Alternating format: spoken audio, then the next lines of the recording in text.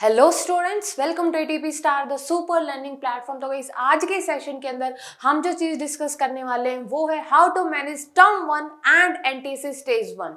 तो चलिए हम अपना छोटा सा सेशन शुरू करते हैं। अगर उससे पहले अभी तक आपने हमारे चैनल को सब्सक्राइब नहीं किया है तो क्या करना है, सबसे पहले अभी के अभी हमारे चैनल को सब्सक्राइब करें and do not forget to press the bell icon, तभी तो आपको सारी की सारी इंटरेस्टिंग वीडियोस की नोटिफिकेशन मिलेगी। तो चलिए शुरू करते हैं अपना सेशन। उससे पहले एक अनाउंसमेंट है आपके लिए, जो अगर आप चाहते हो कि आपको एक वेल ऑर्गेनाइज्ड क्रैश कोर्स मिले एनटीसी का, तो वो सारी की सारी चीजें जिसके अंदर आपको टेस्ट भी मिलेंगे, आपके डाउट सॉल्विंग भी है और आपके मॉक टेस्ट सब कुछ है।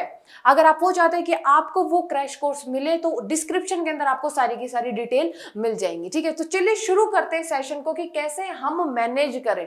तो सबसे पहले अगर मैं आपको बता दूं कि सबसे पहले आपने देखना है टर्म वन का सिलेबस। ठीक है, टर्म वन का आपने सिलेबस देखना है और देखो जो टर्म वन की जो आपकी जो डेट शीट है वो कब तक रिलीज हो सकती है। ठीक है, मतलब जो टर्म वन की जो आपकी डेट शीट है वो कब तक रिलीज हो सकती है, मिड अक्टूबर तक आपकी जो डेट शीट है वो रिलीज हो सकती है।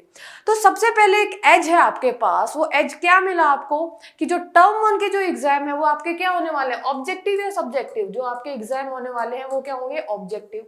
ठीक है, टर्म वन होगा आपका ऑब्जेक्टिव। अब मुझे ये बताओ, टर्म वन तो ऑब्जेक्टिव हो गया और एनटीएससी एग्जाम भी क्या है आपका, ऑब्जेक्टिव है।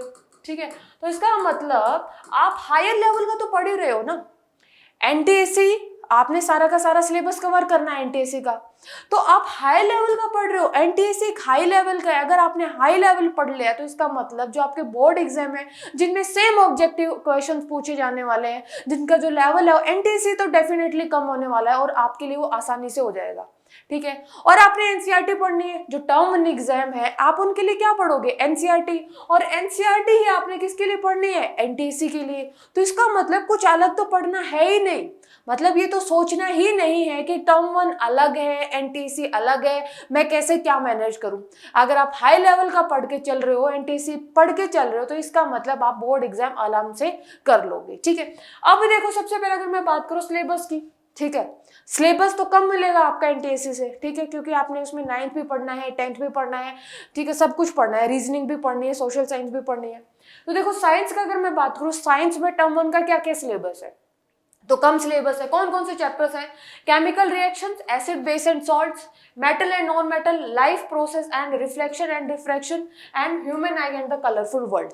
ये मैं सिर्फ साइंस की बात कर रही हूँ। ठीक है, ये सिर्फ मैं साइंस की बात कर रही हूँ। साइंस में आपके ये चैप्टर्स हैं, तो इन चैप्टर्स के आपको ऑब्जेक्टिव क्वेश्चंस करने हैं। तो थ्योरी पढ़ी, ठीक है, एनसीईआरटी आपने डिटेल में पढ़ी, नोट्स पढ़े, जो आप एनटीएससी के लिए जो नोट्स पढ़ रहे हो, उसके बाद आपने ऑब्जेक्टिव क्वेश्चंस प्रैक्टिस किए।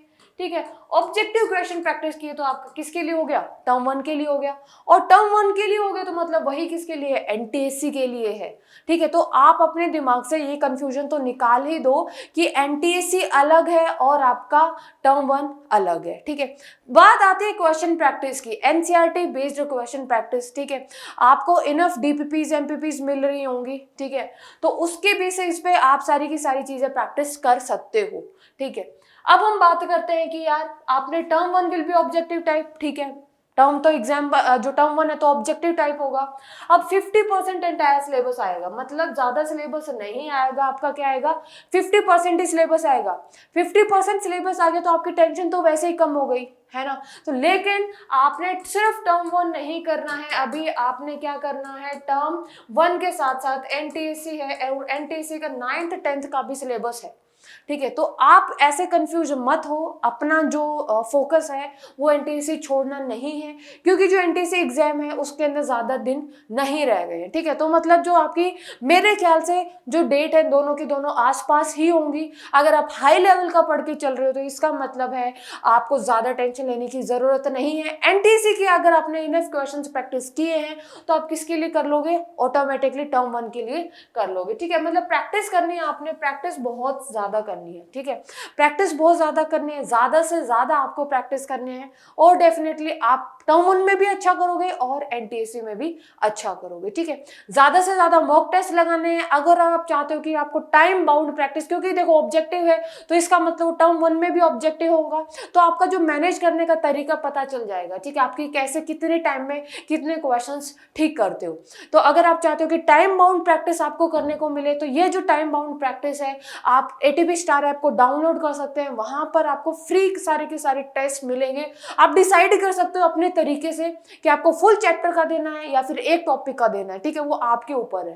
तो आपने ज्यादा से ज्यादा बेनिफिट उठाना है। और अगर आप चाहते हो कि क्रैश कोर्स आपने लेना है तो सारी की सारी डिटेल्स आपको डिस्क्रिप्शन के अंदर मिल जाएंगी। तो नेक्स्ट वीडियो के अंदर मिलेंगे, ऐसे ही अच्छी सी चीजें हम डिस्कस करेंगे। तब तक पढ़ते रहिए, मुस्कुराते रहिए। Thank you so much.